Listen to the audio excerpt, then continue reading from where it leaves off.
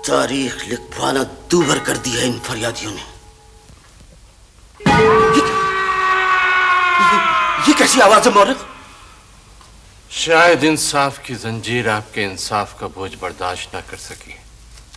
आपका मुजरिम गिरफ्तार होने से पहले ही रिहाई पा गया आलम पनाह।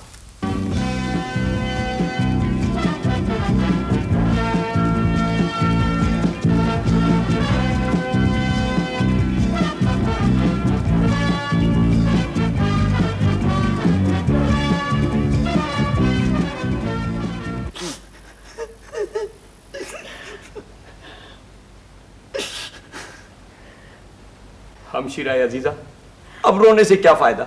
जो होना था सो हो गया। अब हमें देखिए, हम मेहमान शहजादी से खुद शादी के उम्मीदवार थे, लेकिन अपने दिल पे पत्थर रख लिया। आपने तो पत्थर पे पत्थर रख लिया, मगर अब्बा हुजूर ने चट्टान रख दी हमारे जज्बात पर। शादी होना थी हमारी, खुद कर बैठे। देखो तो भला, 37वीं शादी। हमें तो ऐसा लग रहा है शादियों की आदत पड़ गई है उन्हें। कसूर हमशीरा का भी है, इन्होंने एहतजाज क्यों नहीं किया? कैसे करती? हमारी अम्मा भी तो सौगन बनी थी ना किसी की। तो चुप रह कमबख्त। मैं तो उस वक्त में रो रही हूँ जब शहंशाह मुअज़्ज़म ने मेरी पहली झलक देखी थी। मैं अपने अब्बा के कोहलू पर बैठी बैलों को देख रही थी कि शहंशाह ने मुझे देख लिया। घोड़े से उतरे, अब्बा को बुलवाया और फौरन शादी का पैगाम दे दिया। अल्लाह बख्शे नाना तुम्हारे तेली, कभी महलों को ख्वाब में भी नहीं देखा था उन्होंने। शुक्र कीजिए कि आज तक महल में हैं आप, वो भी सिर्फ इसलिए कि इस महल को वारिसे तख्त दिया आपने, वरना आप दूसरी मलकाओं का हश्र खूब जानती हैं। ये दूल्हा भाई हुजूर ने जो मौजूदा शादी फरमाई, ऐन उसी दिन उनकी एक बीमार मलका ने दम तोड़ दिया, मगर उन्होंने खबर तक न ली। कम से कम सेहरे की फूल ही सजा देते, हमारी सौतेली अम्मा की खबर पर मैयत की हौसला अफजाई हो जाती। इस महल में जो जिंदा है वो भी सिर्फ इसलिए कि वो सांस लेते हैं। हाँ भैया, इधर मैं जलती रहती हूँ, उधर उनकी बेटी कुड़ती रहती है। जाहिर है शादी की उम्र तो रूही की है, लेकिन शहंशाह मुअज़्ज़म है कि अपनी बेटी के हाथों की मेहंदी किसी और की बेटी के हाथों पर सजा देते हैं। बिरादर निस्बती, दूल्हा भाई हुजूर आ रहे हैं, मुस्कुराइए मुस्कुराइए। बिरादर निस्बती, तुम यहाँ? तो गोया महफिल सजी हुई है। ये हम क्या देख रहे हैं? मलिका, तुम्हारी आंखों में आंसू? अब इतना सदमा पहुंचा है तो खिलखिलाएंगी क्या? कैसा सदमा? कुछ नहीं दूल्हा भाई हुजूर, वो जो आपकी एक और मलका जरा सा इंतकाल कर गई, बस इतनी सी बात दिल पे ले बैठी। बहुत बेनापा था दोनों में। अच्छा, उन्हीं की वफात की वजह से हमने ताजा शादी का जश्न भी नहीं मनाया। अच्छी थी वो मलिका। क्या भला सा नाम था उनका? 32। बिल्किस? नहीं, 32, 30, 31 वाला 32 गिनती के हिसाब से।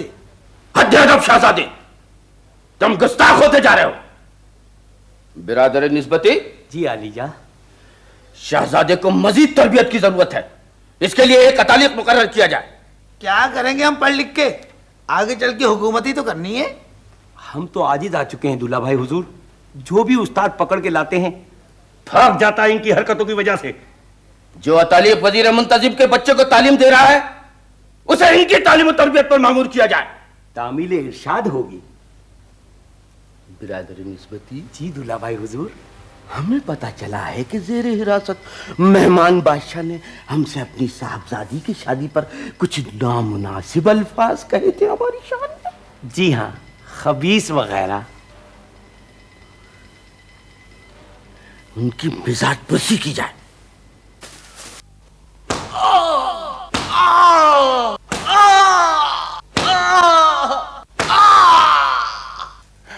बखैर मेहमान गिरामी। बस करो, खुदा के लिए उतारो हमें। खादिम को इजाजत दीजिए कि आपकी खिदमत का आदाब बजा लाए। एक खादिम तो बगैर इजाजत ही आदाब बजा ला रहा है, और काफी जोर से। जरा देखिए कैसी मेहमान नवाजी है कि हमें लटका दिया गया है। शुक्र कीजिए आप शहंशाह मुअज़्ज़म के पहले मेहमान हैं जो सीधे लटके हुए हैं। क्या खिदमतगार, बादशाह सलामत को ज़ेब फर्श किया जाए।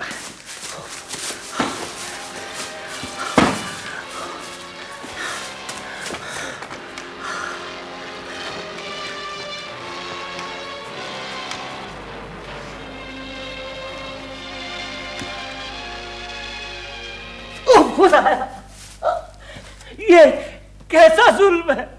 आप इस मेहमानदारी को जुल्म समझते हैं तो चलिए आपके साथ कुछ रियायत कर दी जाएगी। कैसे? आपकी साहबजादी की शादी पर शहंशाह मुअज्जम ने उनका दामन अशरफियों से भर दिया था। अब वो इतनी बहुत सी अशरफियां गिना करेंगी तो उनका कीमती वक्त जाय होगा। रिश्वत कैद खाने में? यही तो इजाद हुई थी। कलम लाया जाए। मगर आप जानते हैं कि हम बेकसूर हैं। और भी कई हैं, मगर लोहे की सलाखों के पीछे वो ये नहीं जानते कि लोहे को सोना भी काटता है। लीजिए, दस्तखत फरमा दीजिए।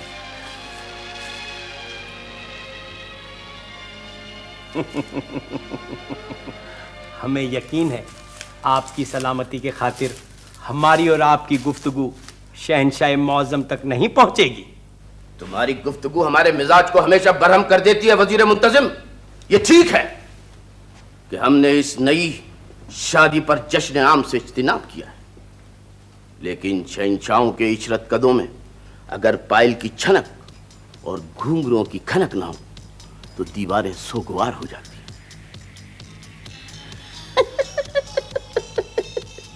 वो महल ही क्या जहां नगमाओ सास की सहरकारियां और हसीन चेहरों की जलवा फरमाइयां न।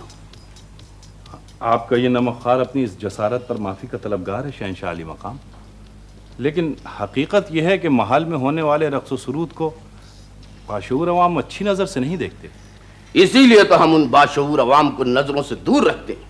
खैर, अर्ज करो कि इस वक्त क्या मसला लेकर हाजिर हुए हो? आलम पन्हा, सिपा सालार फरमाते हैं कि उनके सिपाहियों को जो शमशीरें फराहम की गई हैं उनका लोहा नाकिस है। तो अब यह हमारा काम है कि लोहे की मजबूती को परखते फिरें। क्यों है लोहा नाकिस? क्यों? जरा देखो तो मर्रिख, हमारे कैद खाने की जंजीरों के बारे में तो आज तक कोई ऐसी शिकायत नहीं मिली। जब सारा लोहा पांव की जंजीरों पर लग जाए तो शमशीर उठाने वाले हाथों को सिर्फ नाकिस लोहा मुयस्सर आएगा। आलम पना, ये तुम क्या लिख रहे हो? आप ही का हुक्म था कि आप जो कुछ भी फरमाया करें उसे तहरीर कर दिया जाए। मगर सिर्फ हमारे इशारे पर। महलों के चार दीवारी में होने वाली हर वाक़े और शहंशाहों की कही हुई हर बात अगर कलम की गिरफ्त में आ जाए तो वो तारीख बहुत ही तारीख हो जाती। जी? नहीं समझे तुम? जी, समझ गया जनाबे वाला। कुछ तारीखी वाक़यात को तारीकी में रहना चाहिए। बहुत को। आलम पन्हा, मेरे लिए क्या हुक्म है? शाही लोहार खाने के मुंतजिम को उसके नाकिस लोहे के साथ भट्टी में पिघला दिया जाए और किसी ऐसे आहनगर को तलाश किया जाए जो अपने फन में यकता और माहिर शमशीर साज हो।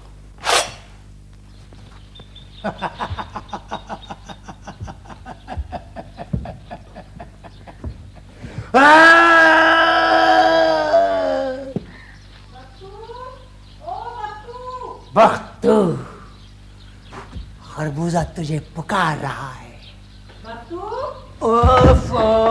जब भी कुछ खाने लगता हूँ ये गैबी आवाज आ जाती है। बख्तू, ये घोड़ों के सौदागर ने जुनाल तैयार करने को कहते बन गए? वो तो रात ही को तैयार कर दिए थे। अच्छा, कितनी रकम मिली? रकम कहाँ, घोड़ों का सौदागर अपने साथ घोड़े भी लाया था। मेरे तैयार किए हुए नाल अपने घोड़ों के सुमों से लगा के देखे तो बहुत नाराज हुआ। क्यों? नाल छोटे पड़ गए थे ना। कहने लगा ये तो मेरे गधों के खुरों में भी नहीं आएंगे और मैं अपने घोड़ों को क्या पिनाऊं। मैंने कहा भाई जूते पिना दो, तो और नाराज हुआ, नाल फेंक के चला गया। चला गया? हाँ। तूने हमेशा नुकसान ही कराया। वो पिछले हफ्ते इतना बड़ा व्यापारी आया था कि 200 तवे बना दो, तूने कढ़ाइयाँ बना दो। तो मैंने उसको कितना समझाया था कि इन कढ़ाइयों में दो फायदे हैं। औंधा करके चूल्हे पे रखो तो रोटी पका लो, सीधा करके रखो तो पकौड़े तल लो। अब वो समझा ही नहीं तो मेरा क्या कसूर? कसूर तो मेरी किस्मत का है कि किस बुरी घड़ी तुझे नौकर रखा था। बनाता कुछ है, बनता कुछ है। अब अगर बनाना मेरे बस में होता तो मैं खुद ऐसा बनता। ओ, परसों एक जादूगर आ गया, कहने लगा भक्तू साहब हमें सिफली का अमल करना है, अपना मुंह धार दे दो, हम दुश्मन के दरवाजे पे लटकाएंगे। मैंने सफाई मना कर दिया, नहीं भाई मैं जादू टोने से बहुत डरता हूँ भाई। इतना अरे क्या हुआ? कहीं मेरे किसी दुश्मन ने जादू तो नहीं कर दिया मुझे नौकरी से निकलवाने के लिए? अब देखे ना, बनाता हूँ मैं लोहे की देग तो बन जाता है लोटा, बनाता हूँ शमशीर तो बन जाता है कफगीर। काश कोई ऐसा जादू होता कि तू आदमी बन जाता। आज तक कोई चीज तेरे हाथों से ठीक नहीं बनी। बेगम साहिबा ये उस कारीगर के हाथ हैं जो ठीक है। खरबूजा देखा, ये उसी जादू का असर है। बना रहा था मैं कटोरा, बन गया खरबूजा। देखो तो जरा। नहीं तुझसे समझे कमबख्त, या खाता है या सोता है। पिछले महीने कोई चोर आके छोटी धोंकनी चुरा के ले गया और तू पड़ा सोता रहा। अब की बार आके तो देखे कोई चोर, सर न फाड़ू तो फिर कहना। तुझसे कुछ नहीं होगा, तू ये लोहार खाना बिकवा के छोड़ेगा। ऐसे मामूली लोहार खाने का बिक जाने अच्छा क्या? कितनी बार समझाया कि दरबार से अगर शमशीर साजी का ठेका मिल जाए तो वारे न्यारे हो जाए, मगर मैं सुनता कौन है? आपके साहबजादे को भी अपने ऊंचे ऊंचे ख्यालात और सैर तफरी से फुर्सत ही नहीं है। कौन जाए दरबार में? कोई नहीं जाएगा। आखिर हरज जी क्या है, हमारी तरक्की होगी, शाही मेहमान बनेंगे। लोग कहते हैं कि उस जालिम शहंशाह के मेहमान खाने से कैद खाने का फासला ज़्यादा नहीं। वो महल नहीं है बख्तू, एक हसीन कफस है जिसकी राहदारियों का कोई दरवाज़ा बाहर की तरफ नहीं खुलता।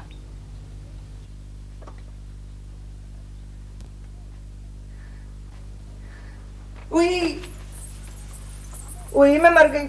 आइए आप कहाँ आ गए ममनुआ इलाके में? खामोश, हमें जानती हो तुम? अरे आपको कौन नहीं जानता, मेरी सहेलियां तो आपकी तारीफें करती नहीं थकती। लेकिन हुजूर को मालूम है कि महल का यह हिस्सा शहंशाह मौज़म की मलकाओं के लिए मखसूस है। हमें मालूम है। यहाँ परिंदा पर और चरिंदा चर नहीं मार सकता। इस गरीब पहरेदारनी पर रहम कीजिए हुजूर, अगर किसी ने देख लिया तो मुझ निगोड़ मारी की जान पे बन जाएगी। हाँ, हम यूं ही नहीं चले आए, दूल्हा भाई हुजूर यानी शहंशाह मौज़म का पैगाम लेकर आए हैं। अच्छा तो यूं कहिए ना, यूं ही मेरी नन्ही सी जान को हल्कान कर दिया। जाइए। कौन है? आ जाइए।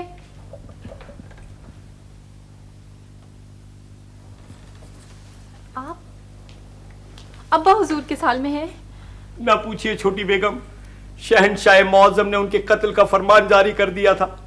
हम उनके कदमों में गिर पड़े, रो रो कर इल्तिजा की और उन्हें मरने से बचा लिया। अब वो कहाँ हैं? कैद खाने में है, बड़े आराम से।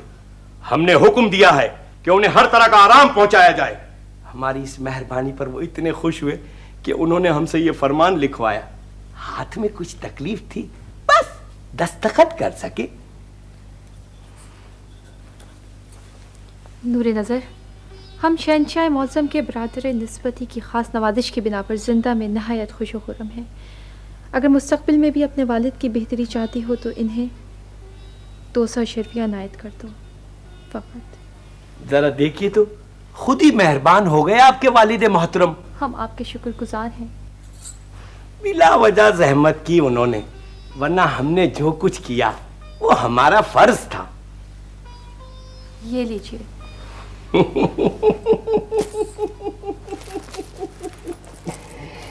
शुक्रिया शुक्रिया। बादशाह सलामत की राहत और सलामती के लिए हमने जो कुछ किया है उसे राजी रखिएगा, वरना हमें जिंदा नहीं छोड़ेंगे शहंशाह मुअज़्ज़म।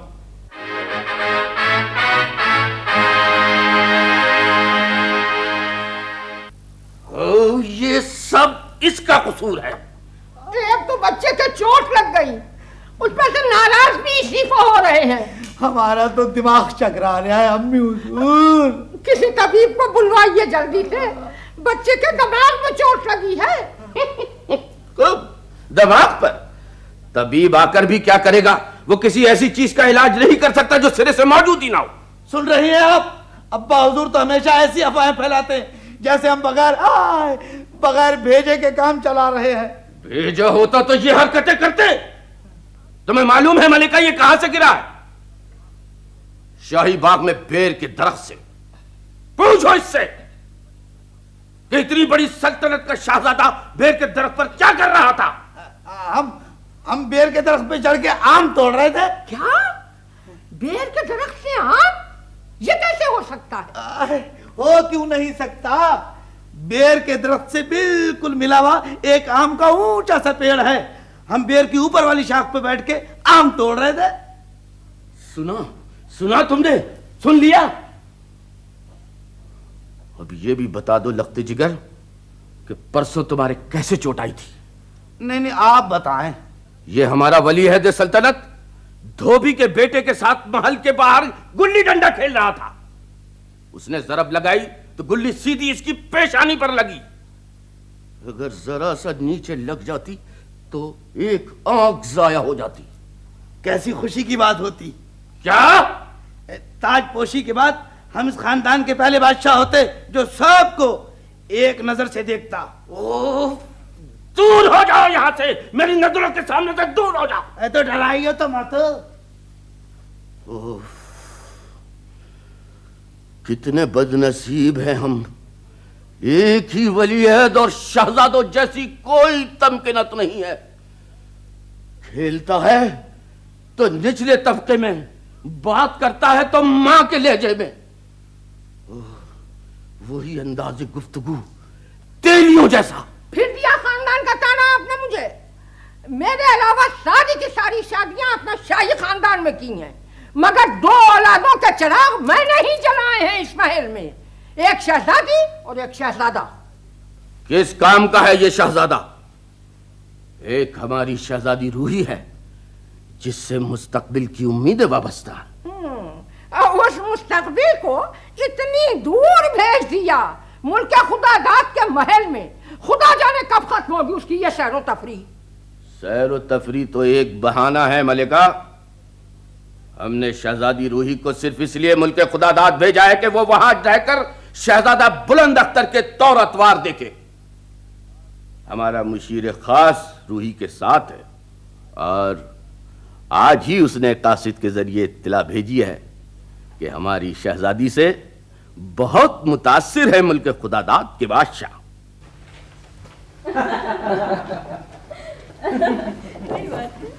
ये तो ओह, सैर से वापस आ गई हमारी मेहमान शहजादी। जी हाँ, बहुत दूर दूर तक गए थे आज हम। मगर हमें काफी थकन महसूस हो रही। अब हम इजाजत चाहते हैं। जी हाँ, अब आप आराम फरमाइए। आराम बहुत फरमाते हैं शहजादा बुलंद अख्तर।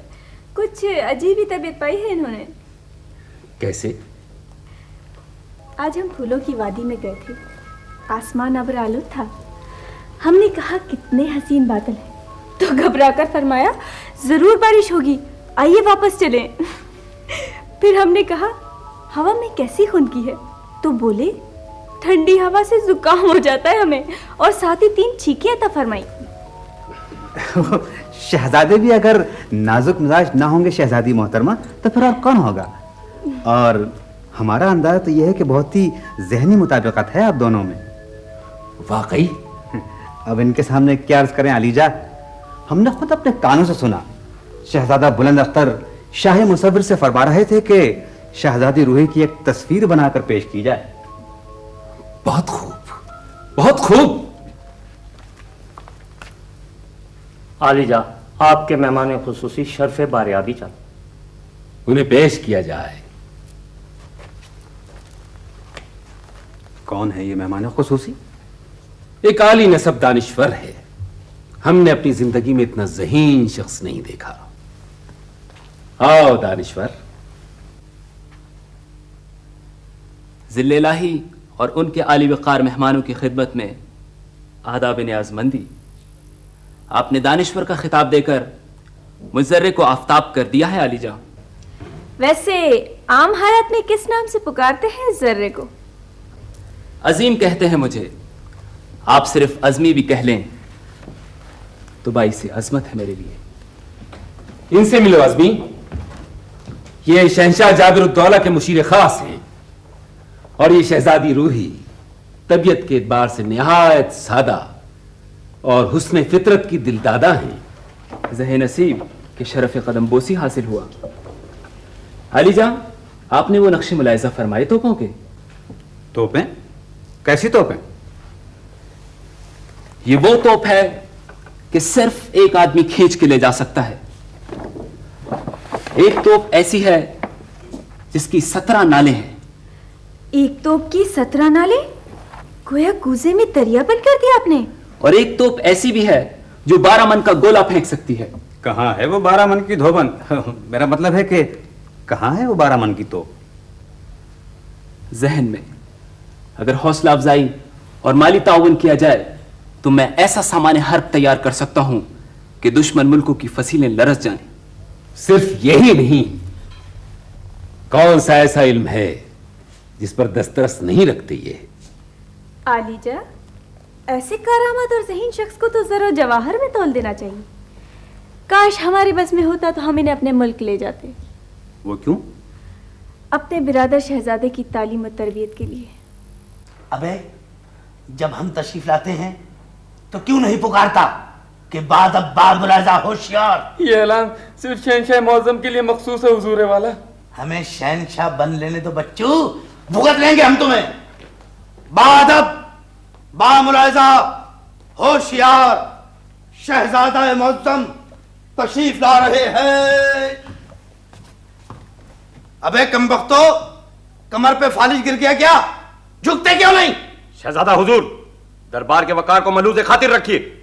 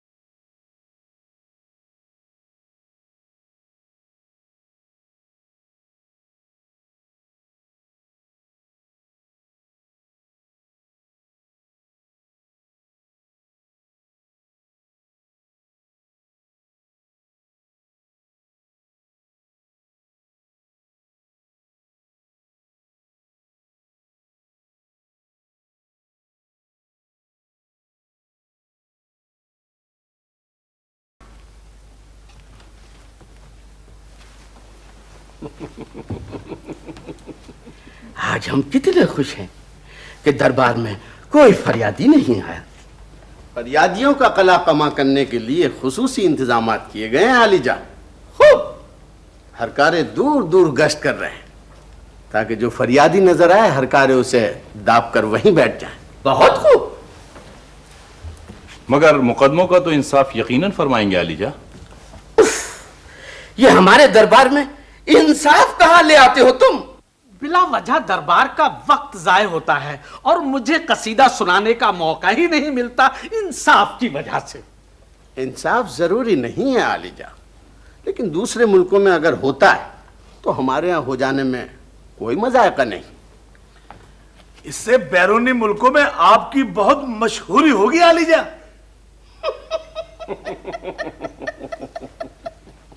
फिर तो इंसाफ बहुत ही जरूरी है।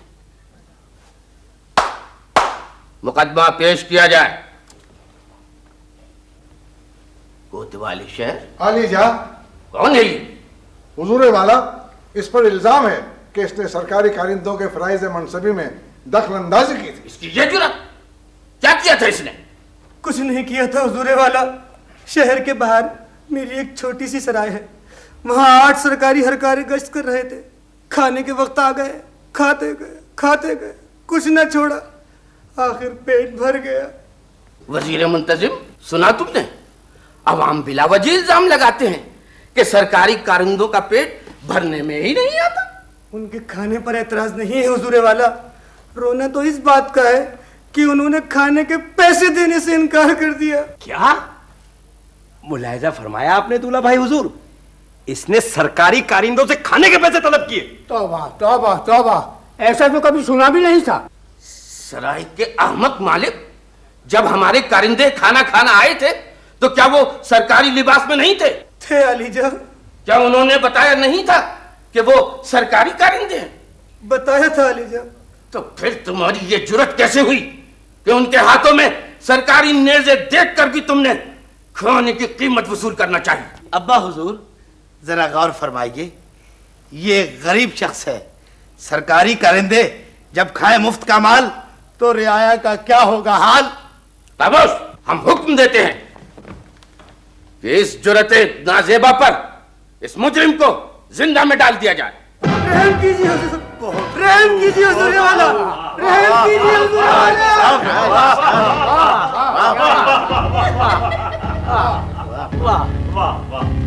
आपने सरकारी अहलकारों की इज्जत व तौकीर बहाल कर दी आला हुजूर। बहुत खूब, क्या इंसाफ किया है अलीजा आपने। अबे खामोश हो जाओ कफगीरो, तुमने दरबार का सत्यानाश कर दिया है। हद अदब शहजादे, अगर आपने फौरी तौर पर आदाब दरबार की तरबियत हासिल न की तो इस दरबार से आपकी छुट्टी कर दी जाएगी। अब हमारी छुट्टी, हाय हाय हाय, तालीम अभी शुरू नहीं हुई और छुट्टी। आपस की बात है उस्ताद जी। ये क्या है? रखिए रखिए अपने पास, ये नजर आना रखिए। और खबरदार, जो मुझे आइंदा उस्ताद जी कहा, मेरा कोई ताल्लुक नहीं है गाने बजाने वालों से।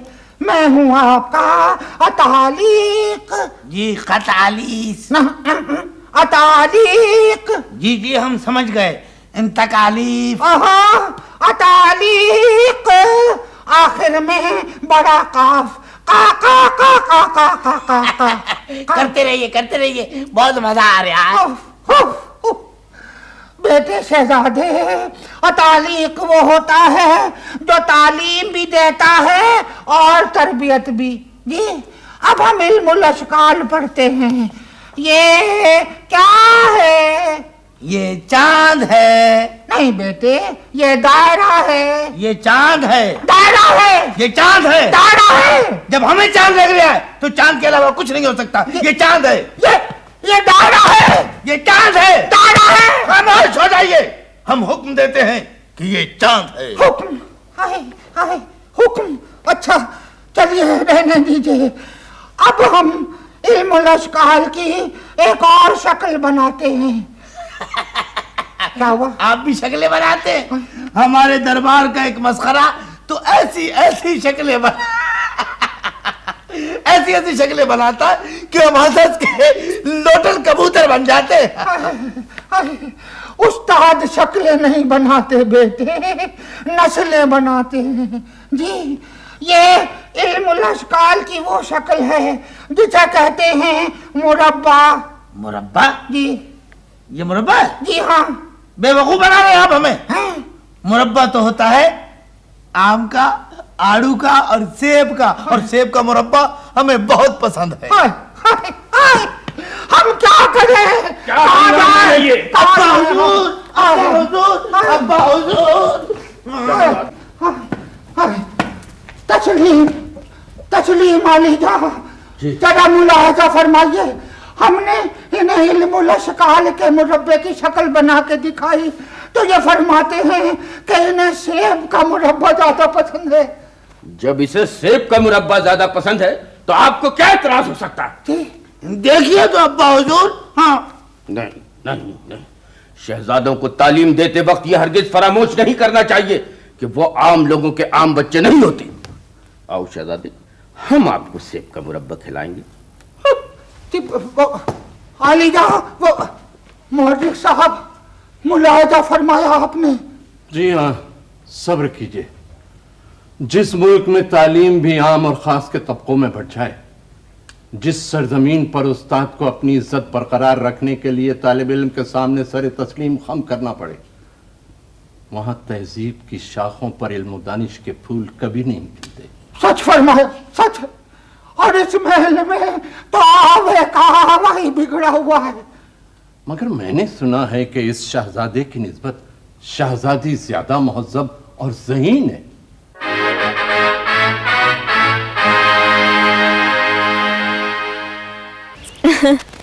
सुकरात जब जहर का प्याला पी रहा था तो उसका एक शागिर्द रोने लगा।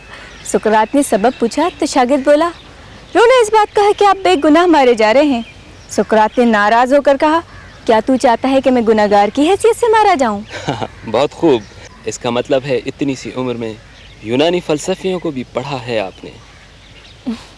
सरसरी तौर पर चश्मा इल्म से फैज़याब होने का मौका ही कहाँ मिलता है अपने महल में। कुतुब खाना ज़रूर है, मगर गैर मुल्की फरमा रवाओं को दिखाने के लिए। हम तो छुप कर जाते हैं वहाँ। क्यों? अब्बा हुजूर फरमाते हैं कि औरत को सिर्फ उतना ही पढ़ना चाहिए कि वो रकम गिन सके। उन्हें तो ये भी पसंद नहीं कि हम खुले आसमान की वसअत देख सकें। हम हैरान हैं, इतनी दूर की सल्तनत में कैसे भेज दिया उन्होंने। चलें, इस बहाने आपकी तफरीह तो हो गई।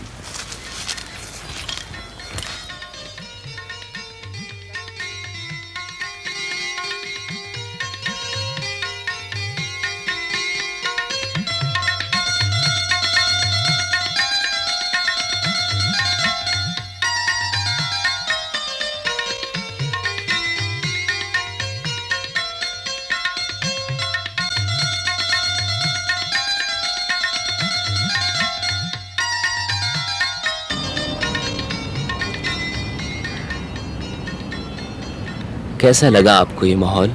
हम यहाँ पहले भी आ चुके हैं शहजादा बुलंद अख्तर के साथ, लेकिन आज तुम्हारे साथ आए हैं तो यूँ लगता है जैसे हर मंजर पहली बार देख रहे हैं। इससे ज़्यादा खूबसूरत मनाजर हमारे अपने मुल्क में है शहजादी साहिबा। हमारे अपने मुल्क में? तो क्या तुम्हारा ताल्लुक इस मुल्क से नहीं? जी नहीं, ये खाकसार आपकी रियाया है।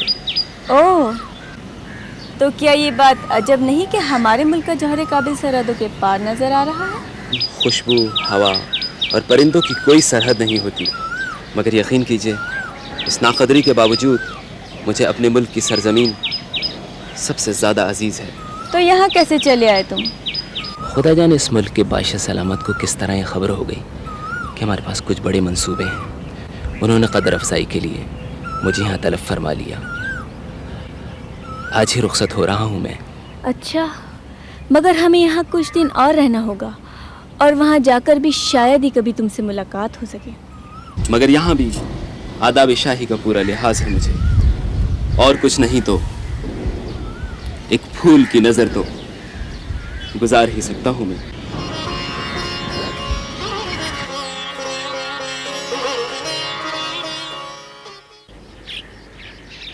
ये फूल मेरे लिए तोड़ा है तूने? नहीं नहीं, घर जाके अपने कान में उड़स लूँगा। तेरे लिए पगली, लगा ले अपने तेल से चिपड़े हुए बालों में लगा ले। जिमें भी खुश हो जाएंगी कि भाई सरसों के अलावा कोई और खुशबू तो सूंघने को मिली। कितना प्यारा फूल है ये। फूल क्या चीज़ है चमकी, तू अगर एक बार कह दे तो मैं आसमान से इतने बड़े बड़े तारे तोड़ के ला दूँ तेरे लिए। रहने दे बस। परसों तू मेले में गया था मुझसे पूरे 2 टके उधार लेकर। इतना भी ना हुआ कि एक रेशमी दुपट्टा ही खरीद लाता। दुपट्टा तो पसंद ही कर लिया था। फिर वो मनोज दुकानदार बोला, जब तुम अपनी बहन के सर पे इस दुपट्टे का आंचल रखोगे वो बहुत दुआएं देगी। वहीं दिल खट्टा हो गया, दुपट्टा उसके मुंह पे मारा और सिंगाड़े खा लिए। सारे पैसों के? तुझे तो पता ही है खाना मेरी कमजोरी है ना भाई? बस 2 ही तेरी कमजोरियां हैं, खाना और उधार। गरीबी का ताना मत दियो चमकी, तू देख लियो एक दिन वो आएगा, मैं बहुत बड़ा आदमी बनूंगा, फिर तुझ जैसी कनी से मेरे आगे पीछे होंगी। बख्तू भाई बख्तू साहब, फिर तू अपने जालिम अब्बा के साथ मुझसे मिलने आएगी तो क्या होगा? नहीं मिलेगा। सफा इनकार। तू है जुलाई की बेटी, मैं बड़ा आदमी, दामन झटक के चला जाऊंगा मैं। अल्लाह माफ करना भाई। खालू। क्यों बे, क्या हो रहा है ये? यहाँ कैसे आ गए तुम दोनों? यहाँ पैदल। बताना चमकी, कैसे आए, क्यों आए? क्यों आए मुझे क्या पता है। नहीं, हम यूँ आए कि पता है क्यों? बड़े दिनों से उस पेड़ पे एक परदेसी उल्लू आया हुआ है, ऐसा प्यारा, ऐसा खूबसूरत। मैंने चमकी से कहा, भाई चमकी देखा है जाके, बड़े दिनों से कोई दूसरा उल्लू देखा नहीं है ना भाई? ये सोटा देख रहा है तू? इतना मारूंगा कि खाल खींच लूंगा। मुझसे करता है बहानेबाजियां। जरा फासला रखो खालू, ज्यादा करीब होते हो तो मुर्गे मुसल्लम की खुशबू आती तुम्हारे पास से। मुर्गे मुसल्लम? एक दिन चौक पे मुर्गा बनाऊंगा तुझे। मुझे बनाओगे मुर्गा? मुझे? अपनी मरहूम बीवी के उस भांजे को जिसका इस दुनिया में तुम्हारे अलावा कोई भी नहीं है। दिल पे हाथ रख के बता दो खालू, इतना यतीम मुर्गा तुम्हें अच्छा लगेगा? हरकतें भी तो ऐसी हैं तेरी। मैंने तुझे अपने कारखाने में कपड़ा बुनने पर लगाया, वो काम नहीं हुआ तुझसे। फिर तुझे लोहार खाने में नौकर कराया, वहां भी मार खाता है। आखिर तू करेगा क्या? मैं शादी करूँगा खालू। क्या? मैं चमकी से शादी करूँगा, है ना भाई? अब भी वक्त है खालू, बेटी का पैगाम दे दो मुझे। क्या बक रहा है? लड़की वाले भी पैगाम देते हैं कहीं। ऐसा हरगिज नहीं हो सकता, कभी नहीं। ये आप क्या फरमा रहे हैं अलीजा? हमसे पहले तुम इसे पढ़ चुके हो। क्या है ये? शादी का पैगाम, हुक्मनामा या शाही फरमान? शहंशाह जाबिरुद्दौला फरमाते हैं कि हमारे शहजादे की शादी उनके मुल्क में होगी और दूल्हा की रुखसती एक महल से दूसरे महल में की जाएगी। पढ़ा तुमने? दूल्हा की रुखसती। गालिबन शहंशाह मौज़म की तबीयत कुछ मिजाज की तरफ माइल होगी अलीजा। शादी मजाक नहीं होती, जिंदगियों के फैसले हंस खेल कर नहीं किए जाते। आप शहंशाह मौज़म की मजबूरी मुलाहिजा फरमाइए अलीजा। वो शहजादी रूही से इतनी मोहब्बत करते हैं कि शादी के बाद वो उनको अपने से जुदा नहीं कर सकते। और इसीलिए वो हमारे शहजादे को घर दामाद बनाना चाहते हैं।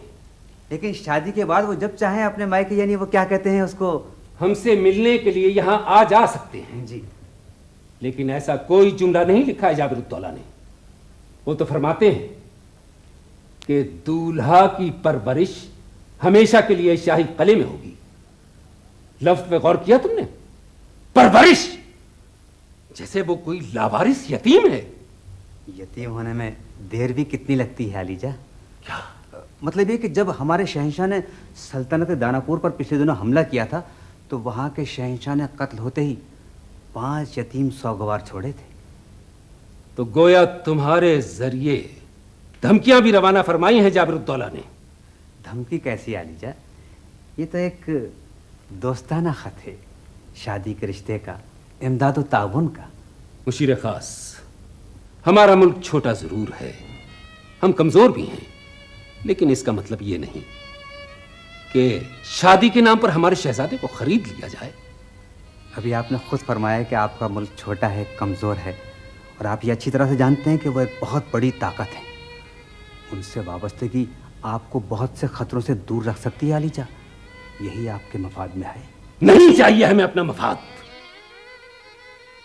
अलीजा, छोटे मुल्कों के बारे में ये फैसले भी बड़ी ताकतें ही करती हैं कि उनके मफाद में क्या है और क्या नहीं है। मुशीर खास, शहजादी रूही जैसी शाइस्ता और मुहज्जब मेहमान को रुखसत करते वक्त हमें वाकई बड़ा दुख होगा, लेकिन यह खुशी भी होगी कि उसके साथ ही तुम भी रुखसत हो जाओगे और तुम्हारे जाबिरुद्दौला की धमकियां भी। जी, रख्त सफर तैयार करो कि कल सुबह तुलू होने वाला सूरज तुम्हें अपने मुल्क की सरहदों में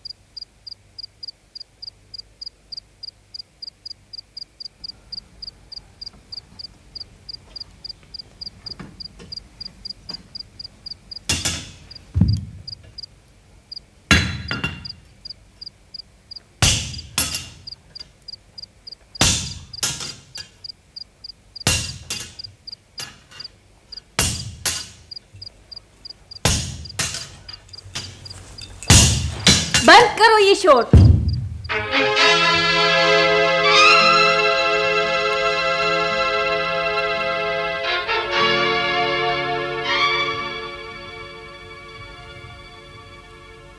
आप यहाँ? तुम इस लोहार खाने में?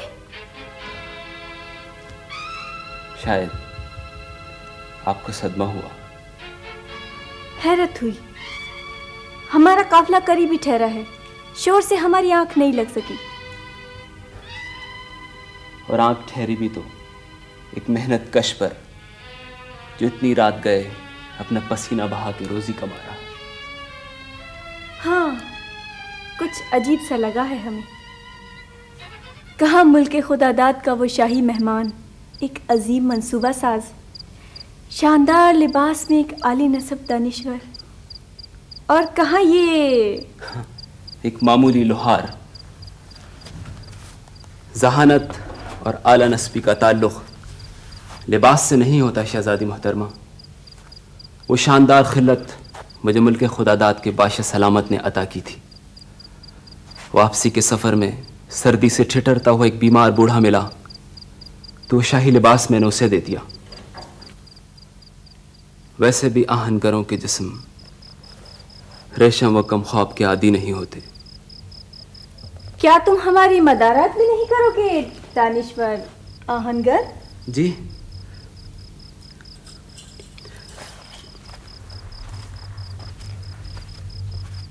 मैं आपकी क्या खिदमत कर सकता हूँ? सिर्फ सादा पानी। जी, अभी लाया।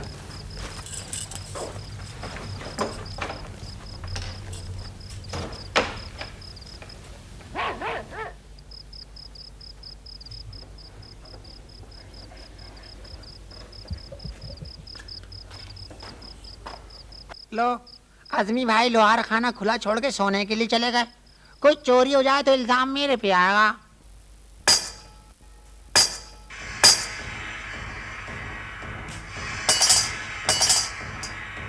या खाता है या सोता है।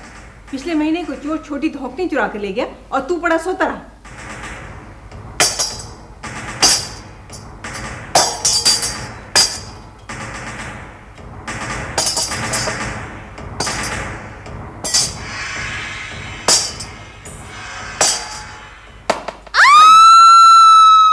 ये क्या किया बख्तू? बेगम साहिबा पे वार कर दिया। भाग ले फौरन।